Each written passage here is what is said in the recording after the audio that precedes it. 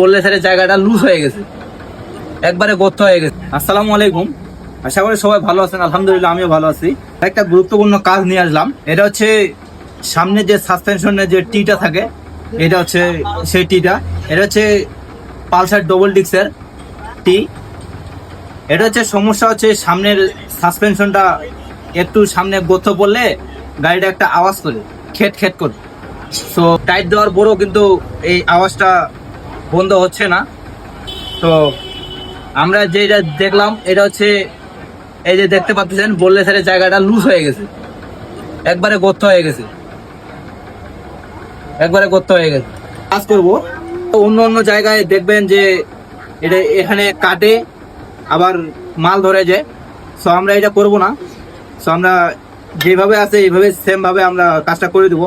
তো কিভাবে করতেছি সম্পূর্ণ ভিডিওটা দেখুন।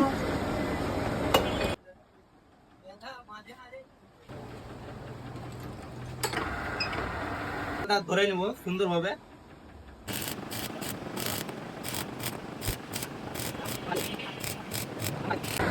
আমরা সুন্দরভাবে এখন মালটা ধরে নিলাম। সো আমরা এখন কাটবো।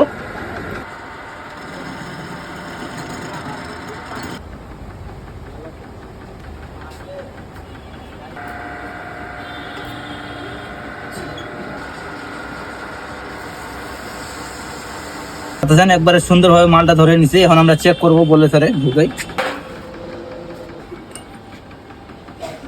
স্যার কিন্তু বেশি টাইট হওয়া যাবে না, কেননা টাইট হলে কিন্তু ভিতরে আবার যাবে না। আমরা এরকম ভাবে দিছি, নাটের প্রেসারে এটা চলে যাবে বলে স্যারটা। এই নাটটা টাইট দিবেন, এই নাটটা টাইট দিবেন, বললে স্যার নিজে চলে যাবে। এই যে এখন হাত দিয়ে যাচ্ছে না, এই যে নাটটা একটু প্রেসার দিয়ে দিব, চলে যাবেন বললে স্যারটা। এই নাটের প্রেসারে এটা বললে স্যার থাকবে, আগের মতো আর প্রবলেম থাকবে না। এই কাজটা ছিল এই বড় ভাইয়ার। তো কাজটা হয়ে গেছে। আপনার আগে প্রচুর সাউন্ড ছিল, আওয়াজ ছিল। তো আশা করি আর আগের মতো সাউন্ড করবে না। তো আলহামদুলিল্লাহ এখন ওকে হয়ে যাবে। সবাই ভালো থাকেন। আসসালামু আলাইকুম।